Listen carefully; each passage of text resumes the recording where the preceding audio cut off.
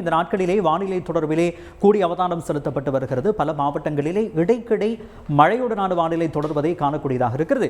அந்த வகையில் பார்க்கின்ற பொழுது கடற்பிராந்தியங்களை பொறுத்தவரையிலே புத்தளம் முதல் மன்னார் காங்கேசன்துறை வரையிலான கடற்பிராந்தியங்கள், அதே போன்ற காலி ஹம்மாந்தோட்டை பொத்துவில் வரையிலான கடற்பிராந்தியங்கள் அதிக காற்று வீசக்கூடிய கடற்பிராந்தியங்களாக இருக்கும் என்ற ஒரு அறிவுறுத்தல் விடுக்கப்பட்டிருக்கிறது. இதன் காரணமாக குறித்த கடற்பிராந்தியங்களிலே 50 முதல் 60 கிலோமீட்டர் வேகத்திலே மணித்தியாலத்திற்கு காற்று வீசக்கூடும். அதுபோன்று இந்த கடற்பிராந்தியங்கள் கொந்தளிப்பாக காணப்படும் எனவும் எச்சரிக்கை விடுக்கப்பட்டிருக்கிறது. இதனால் கடற்றொழிலாளர்கள் மற்றும் கடல்சார் ஊழியர்கள் மிகவும் அவதானமாக செயற்பட வேண்டும் என்ற ஒரு அறிவுறுத்தல் விடுக்கப்பட்டிருக்கிறது.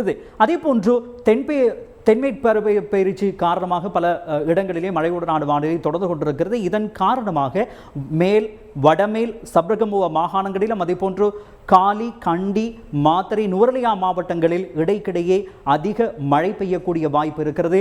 இடியுடன் கூடிய மழை பெய்யும் சந்தர்ப்பங்களில் காற்று அதிகரித்து வீசும். மின்னல் தாக்கங்கள் தொடர்பிலே அவதானமாக செயற்படுமாறும் அறிவுறுத்தல் விடுக்கப்பட்டுள்ளது.